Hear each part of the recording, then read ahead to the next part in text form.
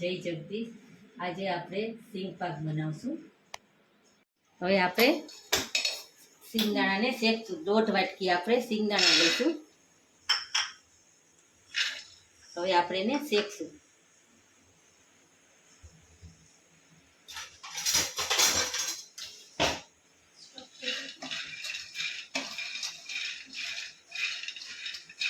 હવે આપણે સિંગદાણાને સરખા શેકશું। આપણે હરખા જ્યાં સુધી ફોતરા એની હાથે ઉતરવા મળશે। અને સિંગ શેકાઈ ગઈ છે અને હવે એને ઠંડી કરવા મૂકી દઈશું થોડીક વાર અને ગેસ બંધ કરી દઈશું। હવે આપણે ગેસ બંધ કરી દઉં।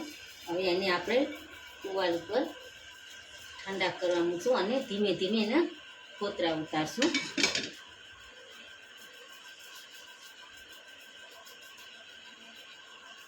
હવે આપણે આ ફોતરા ઉતારી લીધા।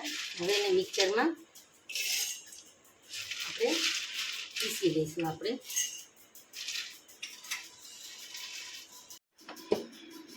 હવે આપણે મિક્સરમાં પીસાઈ ગયા।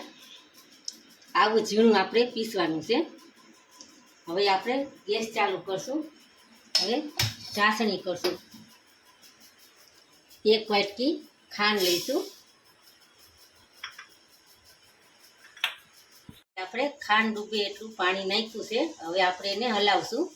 આપણે એક તારની ચાસણી કરવાની છે। જો આ ઉભરો આવી ગયો છે એટલે હવે હજી થોડીક વાર આપણે એને હલાવવું પડશે। હવે આપણી ચાસણી તૈયાર છે। હવે જો એક તારની ચાસણી થવી જોઈએ। અને આપણે આ સિંગનો ભૂકો છે ને એ નાખી દઈશું। આપણે ગેસ બંધ કરી દીધો અને આપણે સિંગનો ભૂકો નાખ્યો।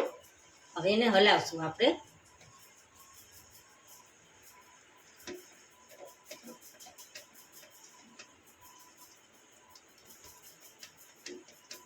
હવે ધીમા ગેસે થોડીક વાર રાખશું। આપણે ત્યાં સુધી હરખું મિક્સ થઈ જાય ત્યાં સુધી આપણે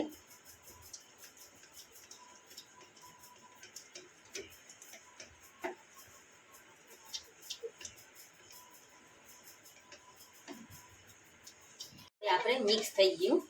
હવે ગેસ બંધ કરી દઈશું। આવું ઘટ થઈ જવું જોઈએ। હવે થાળીમાં આપણે ઘી લગાડશું।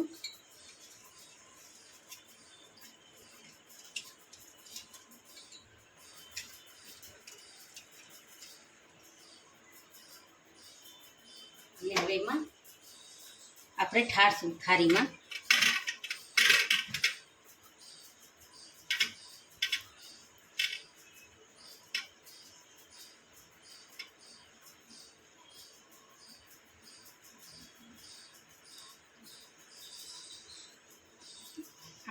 આપણે થાળીમાં સેજ પોળો કરી નાખશું। પછી એના ચોસલા પાડશું। થોડું ઠંડુ થશે। હવે આપણે એને 5-10 મિનિટ આને ઠંડો થવા દઈશું। પછી એના ચોસલા પાડશું। હવે આપણો આ સિંગ પાક તૈયાર છે।